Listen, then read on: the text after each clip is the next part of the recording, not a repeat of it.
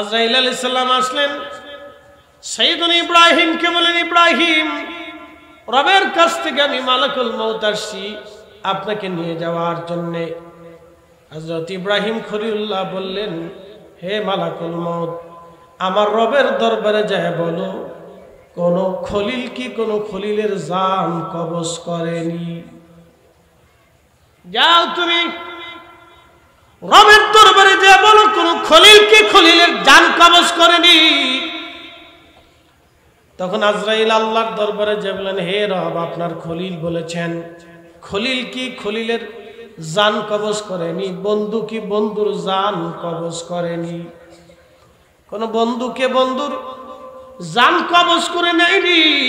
আল্লাহ জানাইছেন, মালাকুল মউত, তুমি আমার খলিলকে যায় বলো, কোন বন্ধু যদি বন্ধুকে ডাকে তাহলে কোন বন্ধু কি বন্ধুর দরবারে না আসেনি? কোন বন্ধু বন্ধুকে যদি ডাকে তাহলে বন্ধু কি বন্ধুর দরবারে আসার জন্য আসতে না চাইনি? সে কেন আসতে চাবে না বলো? আজরাইল আলাইহিস সালাম যা বললেন, খলিল, আল্লাহ জানাইছেন, কোন বন্ধু বন্ধুকে যদি ডাকে তাহলে বন্ধু কি বন্ধুর কাছে না যায়নি? আপনি কেন যাবেন না? রব বলে দিয়েছেন, জানতে চেয়েছেন। তখনই আল্লাহর খলিল ডাক দেয়া বলেন, আজরাইল রে, দেরি করো না, আমাকে তাড়াতাড়ি আমার খলিলের দরবারে নিয়ে চলো। আমারে আর দুনিয়াতে রাখো না, আমাকে আল্লাহর দরবারে নিয়ে চলো। জোরে বলা যাবে কি সুবহানাল্লাহ? মৃত্যু, মৃত্যু হচ্ছে প্রস্থান, এক স্থান থেকে আর এক স্থানে চলে যাওয়া। মৃত্যু মানে শেষ না, মৃত্যু মানে শেষ না। অনেকে বুঝে দেখেন মৃত্যু মানে শেষ না। মৃত্যু মানে শেষ না, মৃত্যু মানে আপনি জড় জগৎ থেকে নূরের জগতে চলে যাবেন, আর একটা জগতে আপনি চলে যাবেন, এটার নাম আলমে বারজাখ, কবরের জগতে আপনি চলে যাবেন। হয় ইল্লিনে না হয় সিজ্জিনে আপনি চলে যাবেন, আল্লাহর দরবারে আপনি চলে যাবেন। দুইটা জগৎ আসবে, হয় সুখময় অথবা অশান্তির জায়গা হবে নরকে, জাহান্নামে, হয় জান্নাতে না হয় জাহান্নামে। আলমে বারজাখের জগতে চলে যাবেন, আমার রবের দরবারে চলে যাবেন। আপনি যেখান থেকে এসেছেন আপনি সেখানেই চলে যাবেন, ওই রবের দরবারে চলে যাবেন। এটার নাম হচ্ছে মৃত্যু। আল্লাহ ডাক দিলেন, কুল, হুজুর আপনি বলে দেন, ইন্নাল মাউতাল্লাযী তাফিরুনা মিনহু ফাইন্নাহু মুলাকীকুম। একদিন মাটির ভিতরে হবে ঘরে, মন আমার কেন বান্ধ দালান ঘর, মন আমার কেন বান্ধ দালান ঘর। আমার রব জানাইলেন, হাবিব আপনি বলুন, কুল নবীজি আপনি বলিয়া দেন, ইন্নাল মাউতাল্লাযী তাফিরুনা মিনহু ফাইন্নাহু মুলাকীকুম। নবীজি বলে দেন, আমার বান্দারা মৃত্যু থেকে পালায়, মৃত্যু থেকে পালায়। দেখবেন রাস্তাঘাটে আমরা পাগলের যখন হরেন মারি, পাগলও রাস্তা থেকে চলে যায়, সেও মৃত্যু থেকে বাঁচার চেষ্টা করে। দেখবেন একটা কুকুর গাড়ির সামনে আসলে দৌড়ায় পালায়, সে মৃত্যু থেকে বাঁচার চেষ্টা করে। একটা বন্য প্রাণী সে পালায়, সেও মৃত্যু থেকে বাঁচার চেষ্টা করে। যেই সাপের আঘাতে কামড়ে মানুষ মারা যায়, সেই সাপও মৃত্যু থেকে পালানোর জন্য দৌড়ায়। বনের হিংস্র প্রাণী সবচাইতে শক্তিশালী সিংহ, বনের রাজা যাকে বলা হয়, মৃত্যু থেকে সেও পালায়। সৃষ্টির সবচেয়ে শক্তিশালী প্রাণী তিমি মাছও মৃত্যু থেকে পালায়।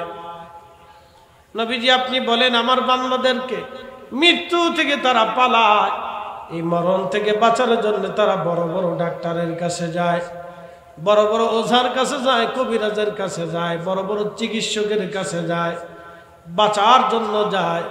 আল্লাহ ডাক দিলেন হাবিব উম্মতকে জানায় দেন, বান্দাকে জানান ফা ইন্নাহু মুলাকিকুম, এই মরণ তার সাথে মোলাকাত করবে, এ মালাকুল মউত তার সাথে মোলাকাত করবে, এ মালাকুল মউত তার সাথে মোলাকাত করবে, এ মালাকুল মউত তার সাথে মোলাকাত করবে। মৃত্যু তার সাথে মোলাকাত করবে। সুম্মা তুরাদ্দুনা ইলা আলিমিল গায়বি ওয়াশ শাহাদাত, অতঃপর এরপরে সে এমন একজন মালিকের দরবারে চলে যাবে যে মালিক তার জীবনের প্রকাশ্য প্রকাশ্য সব আমার আল্লাহ জানে। আপনি বলে দেন আমি বান্দার সব কিছুই জানি। কিরামান কাতিবিনা ইয়ালামুনা মা তাফআলুন।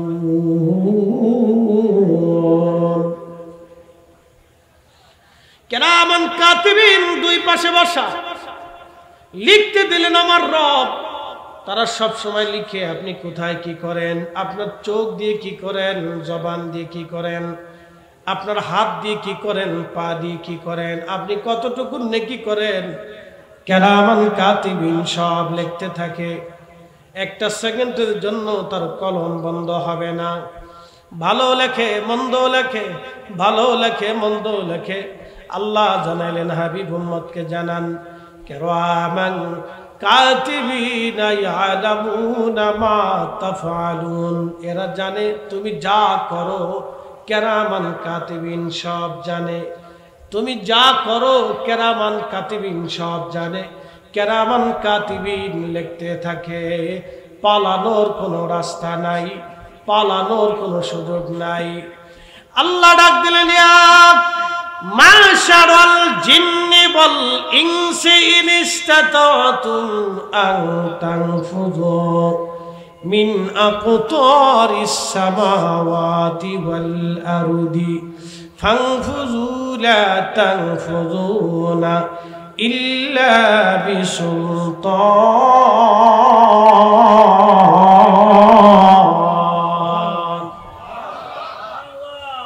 ইয়া মাশারাল জিন ওয়াল ইনস, হে মানব জাতি, হে জিন জাতি, আপনি ভাববেন না শুধু আমরাই মিলাদুন নবী করি, জিনেরাও মিলাদুন নবী করে। আল্লাহু আকবার। না, কেন আসতে হবে কেন? জোরে বলেন, জোরে জোরে। শুধু ভাববেন না মিলাদুন নবীর মাহফিল আমরা করি, শ্রীলঙ্কানরাও করে, মালদ্বীপের মুসলমান করে, মালয়েশিয়া করে, ইন্দোনেশিয়া করে, ব্রুনাইয়ের যিনি সুলতান, যিনি রাজা, তিনি নিজে পায়ে হেঁটে জশ্নে জুলুস করে। আল্লাহু আকবার। না, আরো জোরে জোরে জোরে জোরে। মালয়েশিয়ার প্রধানমন্ত্রী নিজে পায়ে হেঁটে তিনি মিছিল করে। এই আপনার মিশরের যিনি গ্র্যান্ড মুফতি, আল আজহার বিশ্ববিদ্যালয়ের যিনি প্রধান মুফতি, আজহার বিশ্ববিদ্যালয়ের যিনি ভাইস চ্যান্সেলর, আজহার বিশ্ববিদ্যালয়ের যিনি প্রধান শাইখ, শাইখুল মুকাররম, অনেক বড় শাইখ, পৃথিবীর সবচেয়ে বড় বিদ্বানদের মধ্যে উনি শ্রেষ্ঠ বিদ্বান, তিনি পর্যন্ত নিজে পায়ে হেঁটে নবীজির মিলাদের মাহফিল করেন। একবার জোরে বলা যাবে কি মারহাবা? শুধু অনেকে বলে বাংলাদেশের বেদাতি, তাহলে আমরা যদি বেদাতি হয় তো মিশরি বেদাতি, ইরানি বেদাতি, ইরাকি বেদাতি, ওমানি বেদাতি, ইয়ামানি বেদাতি, এগুলো তো মানুষ, ফেরেশতাও কি বেদাতি হবে? আচ্ছা, এরপরে হুজুর বলতেছে এগুলো তো মানুষ, তাহলে ফেরেশতারাও কি বেদাতি? আল্লাহু আকবার। জোরে করেন আল্লাহু আকবার। আরো জোরে জোরে জোরে জোরে জোরে, হাত উঁচা করে বলেন আল্লাহু আকবার, আল্লাহু আকবার।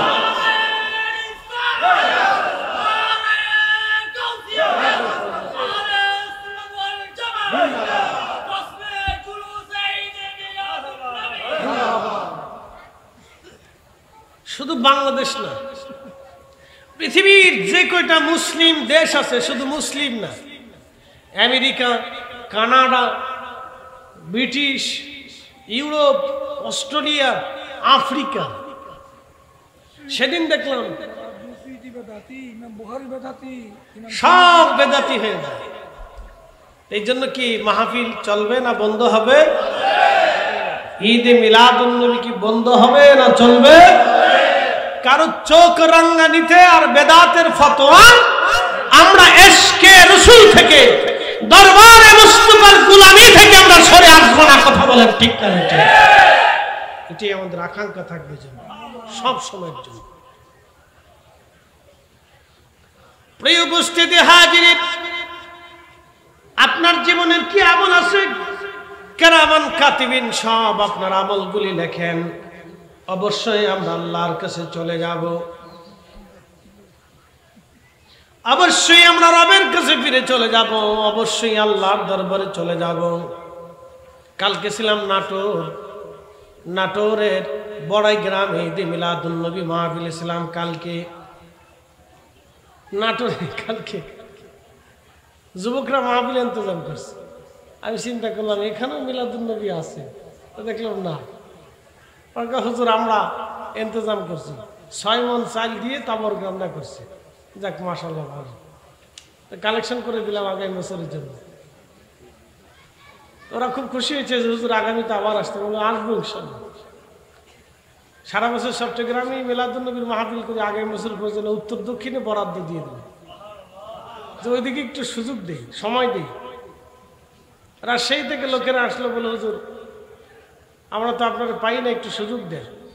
তা বললাম ঠিক আছে, ইনশাল্লাহ মিলাদুন্নবী ইসলামের মাহফিল যদি আপনারা ইন্তজাম করেন তা আসবো ইনশাল্লাহ। হুজুর করবো, আপনারা যদি আসেন তো আমাদের একটু সুযোগ হয়, সুবিধা হয়। তো সারা দুনিয়াতে আছে, শুধু আমাদের সময় দেওয়াটা পালা, আমাদের সময় দিতে হবে, কাজ করতে হবে। ঝগড়া করে না, ভালোবাসা দিয়ে কাজ করে, দেখবেন বিজয় আল্লাহ আমাদেরকে দিবে। কথা বলেন ঠিক কিনা? পৃথিবীর সব অলিরা মহাব্বত দিয়ে পৃথিবী বিজয় করেছেন, মহাব্বত দিয়ে, ভালোবাসা দিয়ে। তো কিরামান কাতিবিন ইয়ালামুনা মা তাফআলুন, কিরামান কাতিবিন জানে আমরা কি করি, এটা সব সে লিখতেছে। আল্লাহ কোরআনে বলে দিলেন, ইয়া মা'শারাল জিন ওয়াল ইনস, হে মানুষ এবং জিন, দুইটা জাতিকে আল্লাহ ডাকলেন, হে মানুষ এবং জিন। এই দুটি জাতির শরীয়ত আল্লাহ দিয়েছেন। কাম, ক্রোধ, লোভ, মোহ, কামনা, বাসনা, রিয়া, আশা, আকাঙ্ক্ষা এবং যাতনা। আল্লাহ 6টা রিপু দিয়েছেন, 10টা রিপু আল্লাহ দিয়েছেন। জিন এবং মানুষকে দিয়েছেন, ফেরেশতাকে দেন। অন্যান্য প্রাণীদেরকে এত কিছু দেন নাই, দিয়েছেন। যেমন আল্লাহ বলেছেন কুল্লু নাফস নাফসুন যায়িকাতুল মাউত, প্রত্যেক নাফসের মৃত্যু হবে। মনে রাখবেন, কুকুর, বিড়াল, অন্যান্য আদাস প্রাণীদের মধ্যে নাফস আছে, কিন্তু রূহ নাই। আল্লাহ আমাদেরকে রূহের সাথে নাফসের অ্যাডজাস্ট করে দিয়েছেন। একসাথে বলবেন আল্লাহু আকবার। এই জন্য প্রত্যেক নাফসের মৃত্যু হবে। কুল্লু নাফস নাফসুন যায়িকাতুল মাউত, প্রত্যেক নাফসের মৃত্যু হয়ে যাবে, কিন্তু রূহের মৃত্যু হবে না। রূহের মৃত্যুটাকে বলা হয় প্রস্থান। তাকে নিয়ে যাবে, আবার কবরে নিবে, অথবা ইল্লিন অথবা সিজ্জিনে নিয়ে যাবে, আল্লাহর দরবারে নিয়ে যাবে, দরবার এলাহিতে সে চলে যাবে। তার শেষ নেই, শুরু হয়েছে, শেষ নেই। আবার তাকে আল্লাহ কিয়ামতের মাঠে উঠাবে, ওখানে আল্লাহ হিসাব কিতাব করবে, তার সাথে বাক্যালাপ করবে, কথা বলবে। সেই দিন আমাদের যে বডির স্ট্রাকচার ছিল, মেহশরের মাঠে আল্লাহ আমাদের সেই বডি আবার ফেরত দিবে, সেই চেহারা আল্লাহ ফেরত দিবে। যেই চেহারা দুনিয়াতে ছিল ওই চেহারাই আল্লাহ ফেরত দিবে, কিন্তু বডির ভিতরে যাকে ছিল রূহ, এই রূহকে আল্লাহ ফেরত দিবে। আল্লাহ রূহের সাথে কথোপকথন হবে। আপনার সামনে যিনি বক্তব্য দিচ্ছেন তিনি বডি না, বক্তব্য দিচ্ছেন রূহ। একই আত্মা, একই সময় বয়স ছিল, হয়তো আগে আসছি পরে আসছি, পৃথিবীতে আগে আসা পরে আসা, আগে যাওয়া পরে যাওয়া। সময় যখন আসবে, ওয়াসআলুনাকা আনির রূহ, নবী গো রূহ সম্পর্কে কাফেররা আপনাকে বলে, আপনি বলে দেন কুলির রূহু মিন আমরি রাব্বি, এই রূহ হচ্ছে আল্লাহর হুকুম, হুকুমে আসছে হুকুমে যাবে, হুকুমে আসছে হুকুমে যাবে, হুকুম হবে, এক সেকেন্ড দুনিয়াতে থাকতে পারবেন না। কথা বলেন ঠিক কিনা? থাকার কোনো সুযোগ নাই। প্রিয় উপস্থিতি হাজিরি, এই জন্য রব কুরআনুল কারীমের ভিতরে আমার আল্লাহ বললেন ওয়ালা ইউআখিরাল্লাহু নাফসান ইযা জাআ আজালুহা,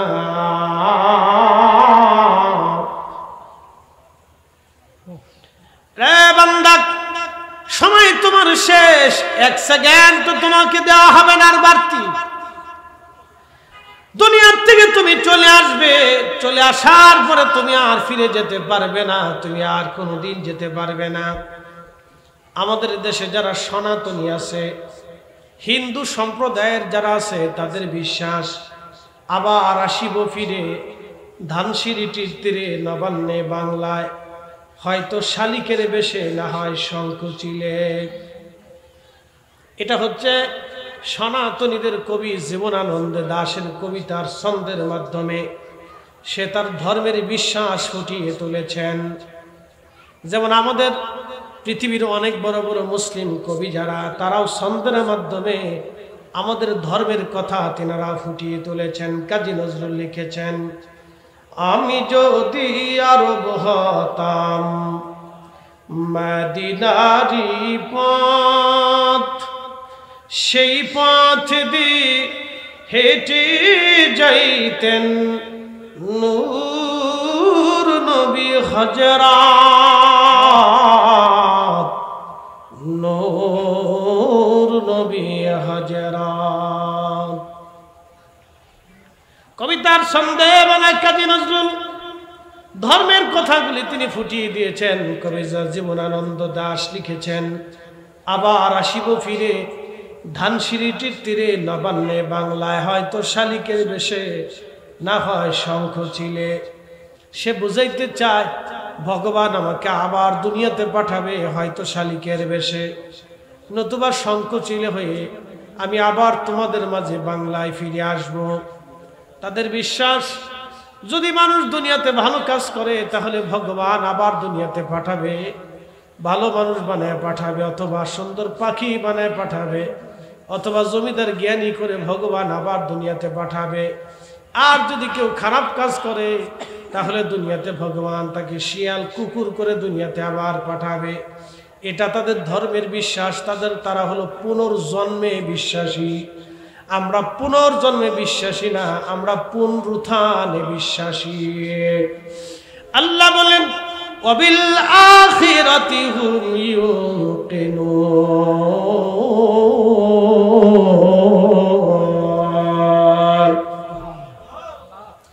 আমার রব বললেন তোমরা আখিরাতে বিশ্বাসী হও, তোমরা আখিরাতে বিশ্বাসী হও। সুম্মা তুরাদ্দুনা ইলা আলিমিল গায়বি ওয়াশ শাহাদাত, তোমরা আমি রবের সামনে দাঁড়াবা, তোমার গোপনে ওপেনে সব আমি জানি। এরপরে আল্লাহ বলেন, এরপরে আল্লাহ আমার রব্বুল আলামিন আমার রব বলতেছেন শাহাফায়ুকুম বিমা কুনতুম তা'মালুন, তুমি জীবনে কি আমল করেছো, কি কাজ করেছো, আমি রব তোমার আমলনামা সেই দিন তোমাকে দেখাবো। এটার নাম পুনরুত্থান। আর সনাতনীরা হচ্ছে পুনর্জন্মে বিশ্বাসী। তারা বলেন আমার পৃথিবীতে আবার জন্ম হবে, হয় পাখির বেশে, না হয় পশুর বেশে, না হয় মানুষের বেশে, না হয় মাছের বেশে, না হয় আমাকে আল্লাহ কোনো বেশ দিয়ে দুনিয়াতে আবার পাঠাবে।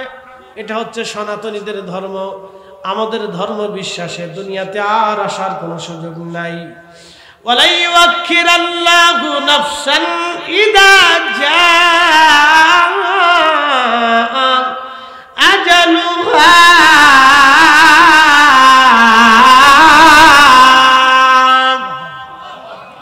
আমাদের আর আসার সুযোগ নেই। আমার রব পারবা না। অর্থাৎ আমরা পুনরুত্থানে বিশ্বাসী, তবে নবীদের একটা হালত আছে, এটার হালতের নাম হলো রুহানি হালত। এই রুহানি হালতে আল্লাহ নবীদেরকে একটা সুযোগ দেন। বলে সুযোগ কি? তাম দুনিয়া তারা তাসাররুফ করতে পারেন, কিন্তু শরীয়তে আর দেখা হবে না। মানুষ কবরে যখন আপনি যান, তখন কবরের পাশে দাঁড়ায় সালাম দেন, আসসালামু আলাইকুম ইয়া আহলাল কবর, হে কবরবাসীরা, তোমাদের উপরে আল্লাহর পক্ষ থেকে শান্তি বর্ষিত হোক।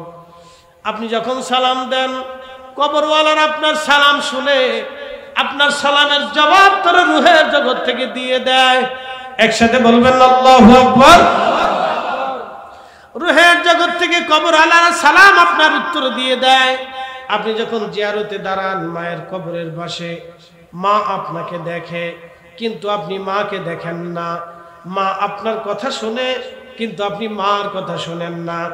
আপনি কোন অলির মাজারে যাইয়া যদি জিয়ারতে দাঁড়ান, ওই অলি আপনাকে দেখে, আপনার কথা শুনে, কিন্তু আপনি শুনেন না। তবে তারা শুনে যাদের কাশ জিন্দা। একসাথে বলবেন আল্লাহু আকবার। তাদের কথাও শোনা যায় যদি কাশ জিন্দা হয়। কি জিন্দা হবে? কাশ, মেশিন। আমাদের মেশিন মরে গেছে, এ কল্প মরে গেছে, এটার ভিতরে নাই কিছু, এটা মরা। জিন্দা করতে হবে। বলে জিন্দা কেমনে করতে হয়? এটার একটা ক্লাস আছে। হুজুর মাদ্রাসায় পড়ান, 1 থেকে একবারে দাখিল পর্যন্ত শ্রেণী বিন্যাস আছে। এরপরে সাবজেক্ট ভিন্ন ভিন্ন আছে, রেজুলেশন ভিন্ন, কোন ক্লাসে কোন টিচার থাকবে, কয়টা পর্যন্ত ক্লাস করবে, এটা ওনারা শ্রেণী বিন্যাস করেন, ভাগাভাগি করে বুঝায়। সব প্রতিষ্ঠানকে নিয়ন্ত্রণে রাখেন হুজুরে। উনি হচ্ছেন প্রতিষ্ঠানের হেড, ওরা প্রতিষ্ঠান থেকে উনি নিয়ন্ত্রণ করেন। মনোযোগ দিবেন। তো তাসাউফের একটা ক্লাস আছে, এই কাশ জিন্দা হওয়ার জন্য ক্লাস আছে। এটা আউলিয়া কিরামের সোহবতে সবকে বসতে হয়। এটার রেজুলেশন আছে, এটার সাবজেক্ট আছে, এটার পাঠ্যপুস্তক আছে, এটার আবার পরীক্ষা আছে। দুনিয়ার গতানুগতিক পরীক্ষার মতো না, এটার পরীক্ষা ভিন্ন, এটার পড়ালেখাও ভিন্ন, এটার ক্লাসও ভিন্ন, এটার ইবাদতও ভিন্ন, এটার সাধনাও ভিন্ন। এ জগতই আলাদা। এই জগতে যারা পদার্পণ করে নিজের আমিত্বকে, নিজের সব কিছুকে আল্লাহর জন্য রাহে লিল্লাহ করে দিয়ে, দরবারে মুস্তাফার গোলামীর মাধ্যম দিয়ে জীবনের সব কিছুকে বিসর্জন দিয়ে এরা আল্লাহকে খুশি করে, আল্লাহ রসুলকে রাজি করে তাদের কাশফগুলি তারা জিন্দা করা। তখন তারা কাশফের মাধ্যমে তাম দুনিয়ার ওলিদের সাথে তারা মিটিং করে। একসাথে বলবেন আল্লাহু আকবার। এই কাশফের মাধ্যমে সমস্ত দুনিয়ার ওলিদের সাথে তাদের কথোপকথন হয়। মোবাইলের মাধ্যমে যেমন আমরা ভার্চুয়াল মিটিং করি, হোয়াটসঅ্যাপ গ্রুপে, মেসেঞ্জার গ্রুপে আমরা কথা বলি। একজন আমেরিকাতে, আমি বাংলাদেশে, আর একজন ইউরোপে, আর একজন সৌদি আরবে, 10 জন 10 দেশে আছে, কিন্তু আমরা কথা বলতেছি সবাই সবার সাথে দেখা হয়।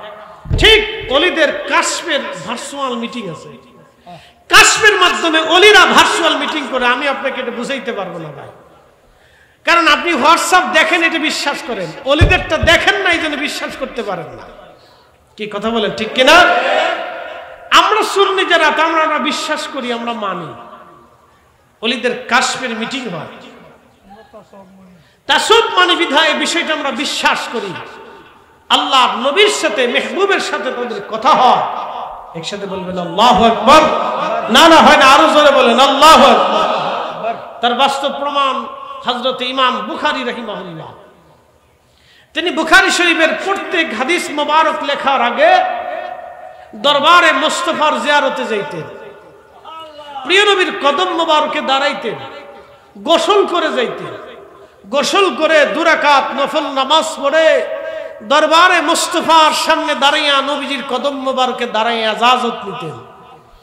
প্রিয় নবীর পক্ষ থেকে যদি ইজাজত আসতো তো ইমাম বুখারী ওই হাদিস বুখারী শরীফে লিখতেন। একসাথে বলা যাবেন আল্লাহু আকবার। তো কি বুঝলেন? আল্লাহর রাসূল করিমের সাথে কতবার তিনার দেখা হয়েছে? একবারে মিনিমাম 5774 বার তার সাথে দেখা হয়েছে। সুবহানাল্লাহ। আরো জোরে। না জোরে জোরে জোরে জোরে জোরে।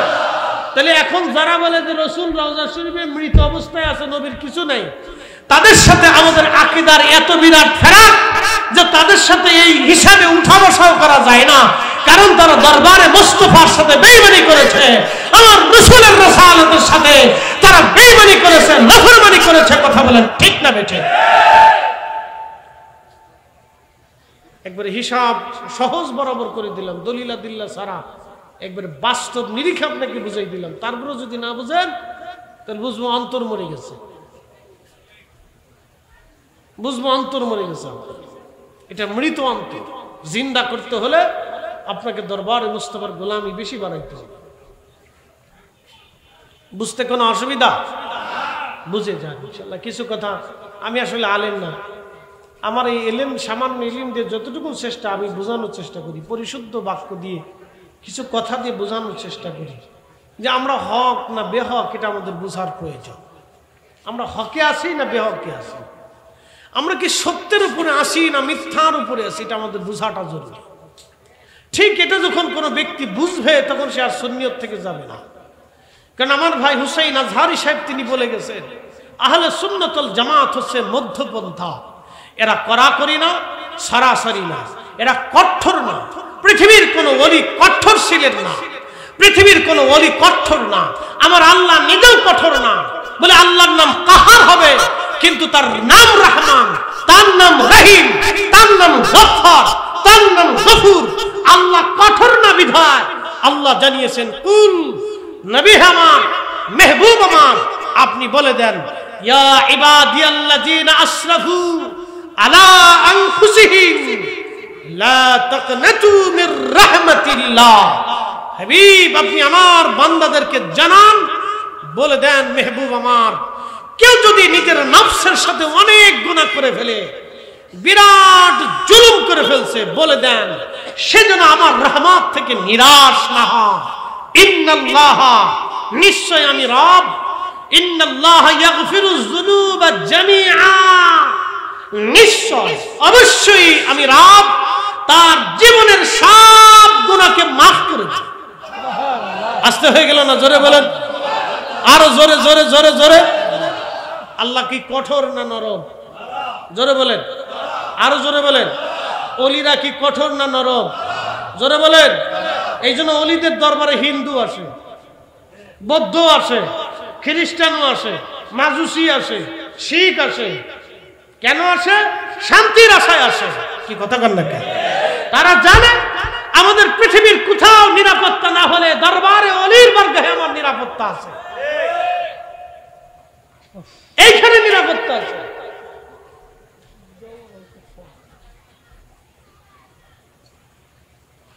প্রিয় উপস্থিতি হাজিরিন, খুবই মনোযোগ দিয়ে কথাগুলি শুনবেন। রব্বুল আলামিন তিনি আমাদেরকে জানাইলেন, হাবিব উম্মতকে বলে দেন, জানায় দেন, যত গুনাহ করুক না কেন কোনো ভয় নাই, আমি রব তাকে মাফ করে দেব। কিন্তু শর্ত হলো ক্ষমা চাইতে হবে, মাফ চাইতে হবে। ক্ষমা যদি না চান, মাফ যদি না চান, মাফ আপনি পাবেন না, ক্ষমা চেতে হবে আপনাকে। আহা, খুব মনোযোগের সাথে কথাগুলি শুনবেন। নারে তাকবীর, নারে রিসালাত, নারে গাউসিয়া, গাউসুল আজম মজবন্ডারি, আমির আউলিয়া শাহিন শাহ আমির ভंडारी, औलादे पाक आमिर भंडारी, जश्न ईद मिलादुन नबी, अहले सुन्नत वल जमा। মারহাবা মারহাবা। সম্মানিত প্যারা হাজরিন, ইতিমধ্যে আমাদের মঞ্চে তশরিফ এনেছেন আজকের আজিমুসান মাহফিলের সম্মানিত মেহমান আলা, ঐতিহ্যবাহী দরবার আমির ভান্ডার দরবার শরীফের সম্মানিত সজ্জাদান সিং, औलाद आमिर পীরে তরিকত শাহ সুফি সৈয়দ গোলাম রাসূল আল্লামা ফরিদ আফসার সালামের ভান্ডারী মুতাজিলুল আলী ওয়াজন আমাদের মঞ্চে তশরিফ এনেছেন, তশরিফ ফরমাচ্ছেন औलाद आमिर পীরে তরিকত শাহ সুফি সৈয়দ মামুন রশিদ শামির ভান্ডারী মুতাজিলুল আলী সহ উলামা ইকরাম, অতিথিবৃন্দ, বিশেষ করে আমাদের আজকের আজিমুসান মাহফিলের সম্মানিত সভাপতি মহোদয় সহ অপর উলামা ইকরাম, অতিথিবৃন্দ যারা তশরিফ এনেছেন, আমি প্রত্যেকের খেদমতে আন্তরিক মোবারকবাদ এবং শুভেচ্ছা জ্ঞাপন করছি। মঞ্চে আরো তশরিফ ফরমা আছেন আমাদের সকলের সুপরিচিত জনাব মোহাম্মদ আবুল ফয়েজ কমিশনার সাহেব সহ এবং জনাব মোহাম্মদ মফিজুর রহমান সহ যারা উপস্থিত হয়েছেন, আমি প্রত্যেককে আন্তরিক মোবারকবাদ এবং শুভেচ্ছা জ্ঞাপন করছি। আপনারা একটু যদি সামনের দিকে এসে বসেন তাহলে পিছনে যারা দাঁড়িয়ে আছেন বাইরে বসতে পারবেন, সবাইকে বসার সুযোগ করে দিবেন। মাশাআল্লাহ, আলহামদুলিল্লাহ, সালাতুন ইয়া রাসূলুল্লাহ, সালামুন ইয়া হাবিবাল্লাহ, সালাতুন ইয়া রাসূলুল্লাহ আলাইকুম সালামুন ইয়া হাবিবাল্লাহ আলাইকুম। আমরা একসাথে বলি আলহামদুলিল্লাহ। আল্লাহ আমাদেরকে আমলের তৌফিক নসিব করুন। আমিন। বলছিলাম আমরা ফিরে যাব কার কাছে? আল্লাহর কাছে। সাইয়েদনা ইব্রাহিম আলাইহিস সালাতু ওয়াসসালাম আল্লাহর কাছে চলে গেলেন। মুসা আলাইহিস সালামের কাছে আল্লাহ আজরাইল আলাইহিস সালামকে পাঠিয়েছে, যাও আমার মুসারে নিয়ে আসো। হযরত আজরাইল আলাইহিস সালাম সাইয়েদনা মুসা আলাইহিস সালামের কাছে আসলেন। মুসা আলাইহিস সালামের কাছে এসে বলেন, আল্লাহর নবী রব আমাকে পাঠিয়েছেন নিয়ে যাওয়ার জন্য। হযরত মুসা আলাইহিস সালাম রাগান্বিত হয়ে গেলেন। একটা ঘুষি এবং চর হযরত আজরাইল আলাইহিস সালামের চেহারা বরাবর মেরে দিলেন। এক ঘুষিতে আজরাইল আলাইহিস সালামের চোখ বের হয়ে গেল। সুবহানাল্লাহ বলবেন না? না আরো জোরে বলেন। বুঝাইতেছে আজরাইল ফেরেশতা কিসের তৈরি? নূরের। জোরে বলেন কিসের? একসাথে বলেন কিসের? নূরের। আমাদের কিছু ভাইদের ব্যাখ্যা হলো নূর তো ধরা যায় না, এটি স্পর্শ করা যায় না। যেমন এই যে আলো, লাইট, এটাকে বলে আরবিতে বলে নূর। এই নূর তো আমরা আঘাত করতে পারতেছি না, হাত দিয়ে ধরতে পারতেছি না, কিন্তু চোখ দিয়ে দেখতে পারতেছি। তাহলে রসুল কি করে নূর হয়? ফেরেশতা নূরের তৈরি। এখন আমার প্রশ্ন, আজরাইল আলাইহিস সালাম তো নূরের তৈরি ফেরেশতা, তো আজরাইলকে মুসা আলাইহিস সালাম যে ঘুষি মারলেন, এক ঘুষিতে চোখ বের হয়ে গেল না। এটা তো আমার বর্ণনা, আল্লাহ রাসূলের বলা। সহিহ বুখারী, সুনানুন নাসাঈ, বিভিন্ন হাদিসের কিতাবে বিশুদ্ধ riwayat আসছে, একবার বিশুদ্ধ বর্ণনা। আল্লাহর নবী হযরত মুসা কালিমুল্লাহ ঘুষি মারলেন, আজরাইলের চোখ বের হয়ে গেল। সুবহানাল্লাহ বলবেন। তার মানে কি নূরের তৈরি ফেরেশতার কি আছে? চোখও আছে। মুসা আলাইহিস সালাম ঘুষি দিলেন, চোখেও লাগলো, এটা বের হয়ে গেল। তো উনি চোখ ধরে আল্লাহর কাছে চলে গেলেন। ইয়া রব, কার কাছে পাঠিয়েছিলেন? এ তো বহুত জালালি, অনেক জালালি, বিরাট রাগান্বিত। আল্লাহ আমার মায়ের অস্থির করে ফেলছে, আমার চোখ বের করে ফেলছে। বলো কি? হ্যাঁ ইয়া রাব্বি, সে মরতে চায় না। বলে যাও তার কাছে ফিরে একটা বার্তা পাঠাও, একটা মেসেজ দাও যে আমার মুসা যেন একটা গরুর উপরে, গাভীর উপরে হাত রাখে। হাতের নিচে যত পশম পড়বে তত পশমের বিনিময়ে একটা এক এক বছর করে আমি তার হায়াত দিয়ে দেব। যাও বলো। হযরত মুসা কালিমুল্লাহ দরবারে এসে হযরত আজরাইল আলাইহিস সালাম এসে বললেন, সালাম দিলেন, ওগো আল্লাহর নবী, আল্লাহ আমাকে আবার পাঠিয়েছেন একটা বার্তা দেওয়ার জন্য। আপনি একটা গাভীর উপরে হাত দিবেন, হাত দেওয়ার পরে আপনার হাতের নিচে যত পশম আছে, যে কয়টা পশম করবে, এক একটা পশমের বিনিময়ে আপনাকে এক এক বছর হায়াত হবে। মুসা নবী বললেন, হে আজরাইল, তারপরে কি হবে? বলে হুজুর, তারপরেও মরণ আসবে, মৃত্যু থেকে আপনি পালাতে পারবেন না, তারপরেও মরণ আসবে, আপনাকে চলে যেতে হবে, থাকা যাবে না।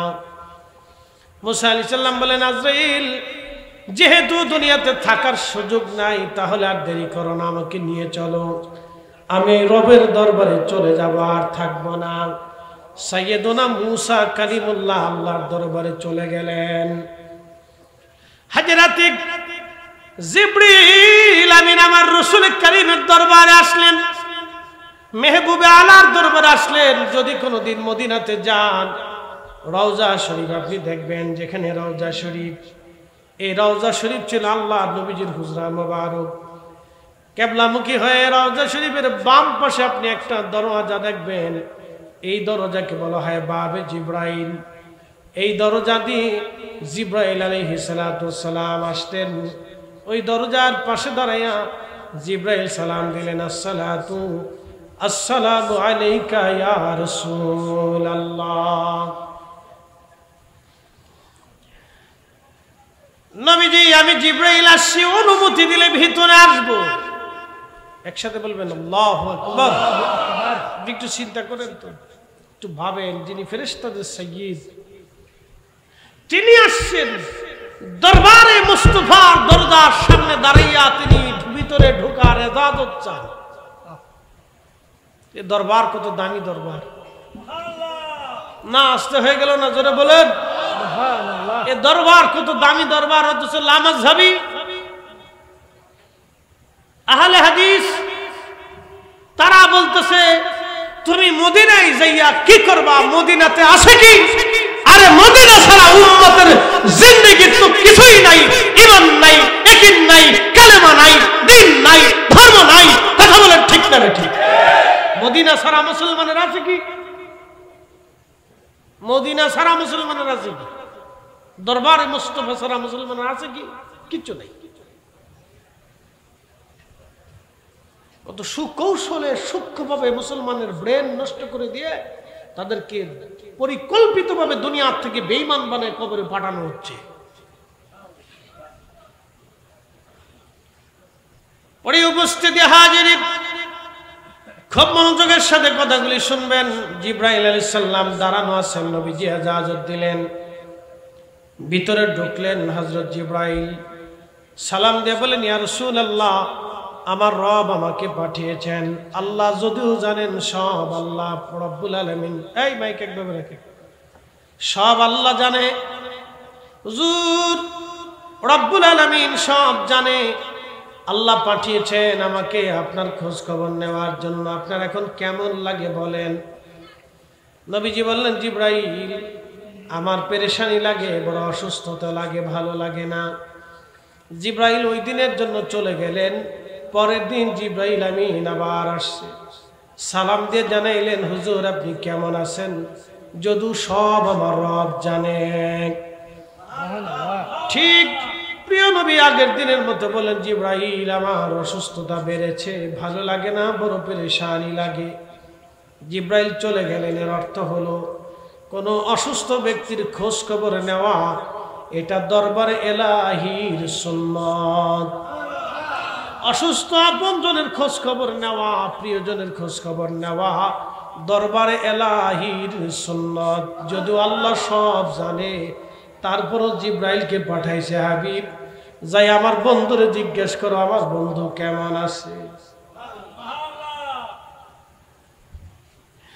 পটিয়াবাসী পরের দিনে জিব্রাইল আবার আসছে, দরজার সামনে সালাম দিলেন। সালামের জবাব আসলো। জিব্রাইল বলেন, ইয়া রাসূলুল্লাহ, আজকে আমি একা আসি নাই। নবী গো, আমার সাথে মালাকুল মউতকে নিয়ে আসছি। হুজুর, এজাজত যদি দেন, মালাকুল মউত আমার সাথে আপনার কাছে আসতে চায়, আপনার কাছে কথা বলতে চায়, এজাজত চায় মালাকুল মউত। সৃষ্টিতে কোন দরবারে মালাকুল মউত কখনো এজাজত চায় নাই, আর কখনো চাবে না। একটা মাত্র দরবার, দরবারে মুস্তাফা সাল্লাল্লাহু আলাইহি ওয়াসাল্লাম। এটা এমন মর্যাদাওয়ালা দরবার, যে দরবারে দাঁড়াইয়া মালাকুল মউত পর্যন্ত এজাজত চায়, এজাজত চায়। সবসে আওলা আলামা নবী, সবসে আওলা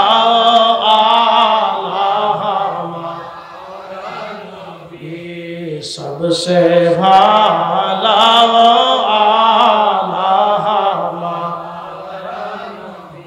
अपने मौला का प्यारा हमारा नबी, दोनों आलम का दूल्हा हमारा नबी, सबसे आला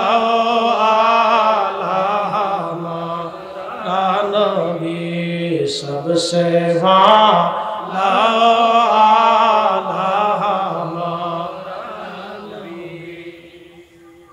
পটিয়াবাসী জিব্রাইল দাঁড়াইয়া ইজাজত চায়, হুজুর অনুমতি যদি দেন, মালাকুল মউত আমার সাথে ভিতরে আসতে চায়। নবীজি অনুমতি দিলেন। জিব্রাইল এবং মালাকুল মউত নবীজির সামনে বসে গেলেন। আল্লাহর নবীজির কাছে জিব্রাইল বলেন, হুজুর মালাকুল মউত আপনার সাথে কথা বলতে চায়। নবীজি ইজাজত দিলেন, বলেন। মালাকুল মউত বললেন, হুজুর যদি আপনি ইজাজত দেন, আপনাকে নিয়ে যাওয়ার জন্য আমার মালিক আমার রব আমাকে পাঠিয়েছেন, যদি আপনি ইজাজত দেন। আল্লাহু আকবার, না একসাথে বলেন আল্লাহু আকবার, চিৎকার করে বলি ইয়া রাসূলুল্লাহ। যদি নবীজি আপনি ইজাজত দেন, ইজাজত যদি অনুমতি হয়, আমি আপনাকে নিয়ে চলে যাব রবের দরবারে। আর যদি অনুমতি না দেন নবীজি, আমি মালাকুল মউত চলে যাব ফিরে। আপনার যতদিন মন চায় ততদিন উম্মতের মাঝেই থাকবেন।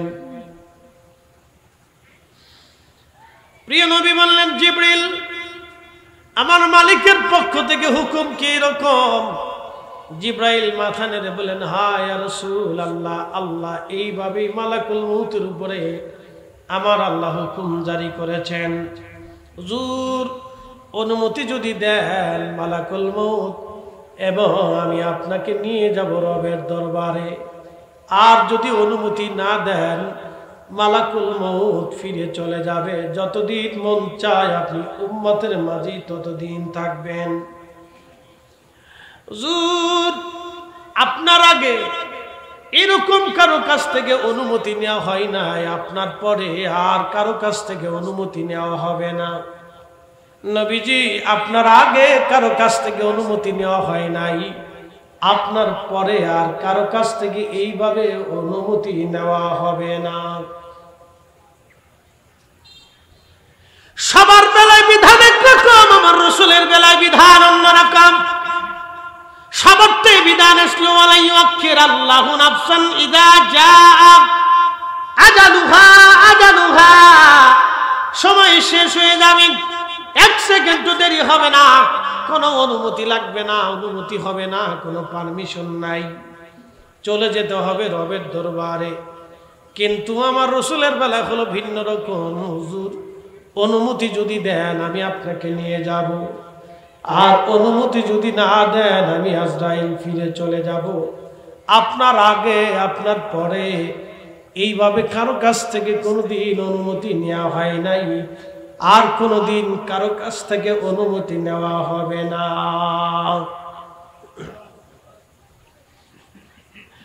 প্রিয় নবী জিব্রাইল আলাইহিস সালামের দিকে তাকালেন। জিব্রাইল বুঝতে পারলেন আর এই দরবারে কোনোদিন হয়তো আমার আর আশা হবে না। আমি বহুবার দরবারে মোস্তফাতে বার্তা নিয়ে, ওহী নিয়ে, সংবাদ নিয়ে আসছি। এই দরজা দিয়ে আমি বহুবার এসেছি, আর হয়তো এই দরজা আমার জন্য বন্ধ হয়ে গেল, কোনোদিন আর হয়তো আমার আর আশা হবে না। নবীজি বললেন, জিব্রাইল বিধান কি রকম? জিব্রাইল বলেন, হ্যাঁ ইয়া রাসূলুল্লাহ, বিধান আপনার জন্য এরকম, তবে আপনার মালিক, আপনার মেহবুব, আপনার মাসুক আমার রব, আপনি নবীর দিদারে আগ্রহী হয়ে আছে। আহা, আপনি নবীর দিদারে আমার রব আগ্রহী হয়ে আছে। আল্লাহ চায় আপনি চলে যান। আপনার মালিক, আপনার রব আপনার দিদারে আগ্রহী হয়ে আছে। আপনি নবীর দিদারে আগ্রহী হয়ে আছে। আপনি নবীর দিদারে আগ্রহী হয়ে আছে। আপনি নবীর দিদারে আমার রব আগ্রহী হয়ে আছে। একবার জোরে বলা যাবে কি মারহাবা? আমি জানি প্রেমে পাগল সে তো মদিনা, প্রেমানলে পুরে মরি, প্রেমানলে পুরে মরি, ওহে রব্বানা আমি জারি প্রেমে পাগল সে তো মদিনা। প্রিয় নবী ডাক দিলেন, জিবরাইল, আজরাইল, আর দেরি না, আমার মালিক, আমার রব, আমার মাসুক, আমার মেহবুব, আমার আশাই, আমার অপেক্ষায় আগ্রহী, তাহলে আমি আর দুনিয়াতে থাকবো না, আমি আমার মাসুকের দিদারে চলে যেতে চাই। আমার মালিক আমার দিদারে যেহেতু আগ্রহী, আর আমি থাকবো না গো আজরাইল, চলো আমাকে নিয়ে চলো, তোমার কাজ তুমি আঞ্জাম দাও, তোমার হুকুম তুমি পালন করো হে আজরাইল।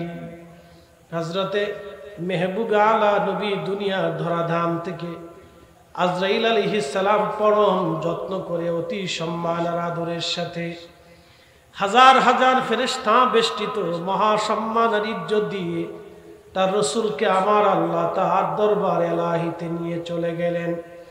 পবিত্র জেসেম মোবারক হুজরা শরীফের মধ্যে আল্লাহর নবীজির জেসেম মোবারক হুজরা শরীফে আছে। সংবাদ বের হয়ে গেল নবী নাই, দিদারে রবের আশায় নবী চলে গেছেন। আজ সারা মদিনাতে কান্নার রোল পড়ে গেল। মদিনা এমন হয়ে গেল, মদিনার ঘর ঘর থেকে কান্নার আওয়াজ আসতেছে। আম্মা জানরা হুজরা শরীফে জমায়েত হয়ে গেলেন। আম্মা জানরা কান্না করে, সাহাবীরা পাগলের মতো হয়ে গেলেন। হযরত ওমরের মতো সাহাবী দিশেহারা হয়ে তলোয়ার টেনে বের করে বলেন, হে মদিনার মানুষ, যদি বলো নবী মরে গেছে, তাহলে আমি ওমর তোমার দেহ থেকে গর্দান ফেলে দিব। পাগল হয়ে গেলেন। বিরহ বেদনা সহ্য করতে না পেরে হযরত বেলাল এতটাই বিমর্ষ হয়ে গেলেন, জানিয়ে দিলেন, আমি আর আজান দিতে পারবো না গো, আমার পক্ষে আজান দেওয়া সম্ভব না। আজান দিলে নবীজি আসতো, আহা আমি আর আজান দিতে পারবো না, আমার সহ্য হবে না। ওই দিন থেকে আর কোনোদিন নবীজির মসজিদে মুয়াজ্জিনে রাসূল বেলাল আর আজান দেন নাই। বিরহ বেদনা সহ্য করতে না পেরে সাহাবীরা পাগল পাড়া হয়ে গেলেন। সারা মদিনার শিশু বাচ্চা থেকে বৃদ্ধ পর্যন্ত একাধারে 3 দিন মদিনায় কারো বাড়ি রান্না হয় নাই, মদিনার কারো ঘরে চুলায় আগুন জ্বলে নাই। নবী নাই, নবী নাই। সাহাবীরা মানতেই পারতেছে না রাসূল আমাদের মাঝে নেই। নবী চলে যাবে দিদারে রবে লাহির দরবারে। সাহাবীরা পাগল পাড়া হয়ে গেলেন, কি করে নবী বিহনে মদিনায় তারা কাটাবে। রাসূল বিহনে, নবী বিহনে, রাসূল বিহনে, সাহাবীরা মদিনাতে কেমনে কাটাবে রে। সাহাবীরা পাগল পাড়া হয়ে গেলেন। নবীজির উট ছিল কাসওয়া, এই উটের পিঠে চড়ে নবী হিজরত করেছিলেন। এই উটের পিঠে চড়ে মক্কা বিজয় করেছিলেন। এই উটের পিঠে চড়ে তাবুকের জিহাদে গিয়েছিলেন। এই উটের পিঠে চড়ে মদিনার অলিগলি বহু দূর দূরান্ত পথ অতিক্রম করে নবীজি কালেমা, আমাকে ভালোবাসে কাসওয়া, আমি কাসওয়াকে ভালোবাসি। কিয়ামতের মাঠে আমি আমার কাসওয়ার পিঠে চড়ে কাসওয়াকে নিয়ে আমি নবী জান্নাতে চলে যাব। আমি নবী কাসওয়ার পিঠে চড়ে কাসওয়াকে নিয়ে জান্নাতে চলে যাব। এই কাসওয়া উট, এই কাসওয়া উট রাসূল বিরহে, নবী বিরহে পাগল পাড়া হয়ে কাসওয়া পাগল পাড়া হয়ে গেল। একটা প্রাণী বিরহ বেদনা সহ্য করতে না পেরে মানুষের মতো কান্না শুরু করে দিল। সে একাধারে 3 দিন কাসওয়ার কান্না কেউ বন্ধ করতে পারে নাই। সাহাবীরা কাসওয়ারে খাবার দিল, খাবার খায় না, পানি দিল, পানি খায় না। কাসওয়া শুধু কান্না করে, নবী নাই। বিরহ বেদনা, কাসওয়া কিভাবে বিরহ বেদনা সহ্য করবে। একটা প্রাণী নবীর বিরহ বেদনা সহ্য করতে না পেরে 3 দিন কান্না করার পরে এই কাসুয়া কুয়ার ভিতরে ঝাঁপিয়ে পড়ে আত্মহুতি দিয়ে দিল। দরবারে রবের এলাহির দরবারে চলে গেল। বিরহ বেদনা এত কঠিন, ইশকে রাসূল এত বড় কঠিন।